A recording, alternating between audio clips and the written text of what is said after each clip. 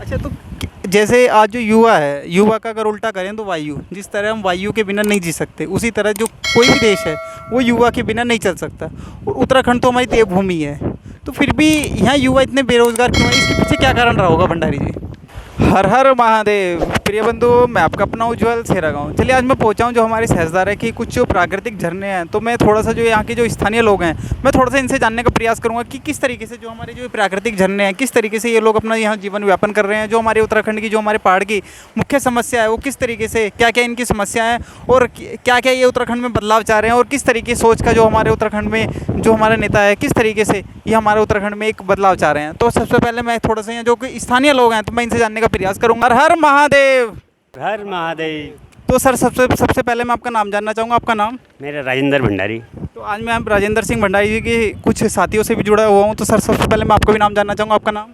वीरेंद्र सिंह भंडारी। भंडारी जी। आपका भी नाम? मेरा नाम सौरभ भंडारी। भंडारी जी। आपका? सुभाष भंडारी। तो सारे आज मेरे साथ भंडारी जी हैं, तो भंडारी से मैं जानने का प्रयास करूँगा। भंडारी जी, जो हमारी उत्तराखंड की मुख्य समस्या है वो क्या क्या समस्या है? जैसे पढ़ाई का हो गया, दवाइयों का हो गया, यहाँ पे कितनी कोई व्यवस्था नहीं है, रोजगार नहीं है। अब इसमें कोई सरकार ध्यान दे तो इसमें हमारा कुछ आगे बढ़ने की कुछ सोचेंगे।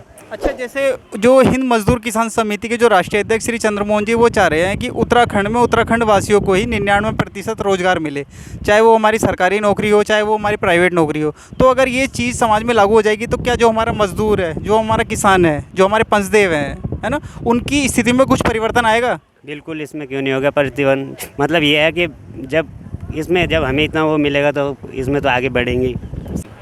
सर, आज जैसे मैं बात करूं, जिस तरीके से वो प्रयास कर रहे हैं उत्तराखंड में उत्तराखंड वासियों को ही रोज़गार मिले, अगर ये चीज़ लागू हो जाएगी तो क्या उत्तराखंड में कुछ खुशहाली आएगी सर? हाँ जी, क्यों नहीं आएगी, खुशहाली आएगी।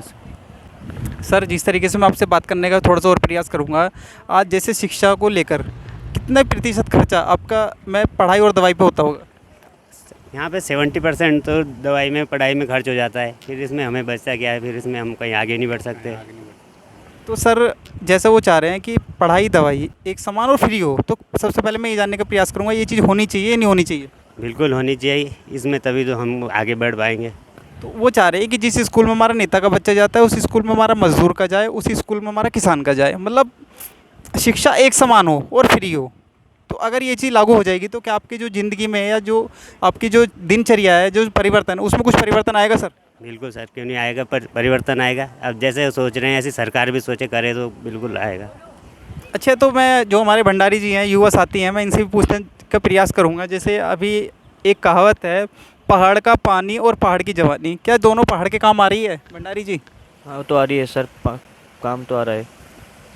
जिस तरीके से वो चाह रहे हैं, अभी कुछ दिन पहले सोशल मीडिया पे कमेंट था कि जो नेता होता है वो देश का पिता होता है। पिता मतलब जैसे पिता खुद मूंगफली खाकर बच्चों के लिए बादाम की व्यवस्था करता है। तो क्या जो हमारे नेता हैं, ये वास्तव में क्या अपना पिता का फ़र्ज़ निभा रहे हैं भंडारी जी? इतना तो नहीं निभा रहे, लेकिन ये है कि अभी तक तो कुछ ऐसा लगा नहीं हमें कि कुछ निभाया है।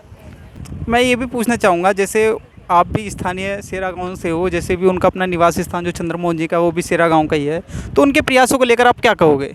बिल्कुल उनका प्रयास सफल हो, ऐसा सरकार भी करे मतलब तो बिल्कुल होगा, उससे हमें रोज़गार मिलेगा।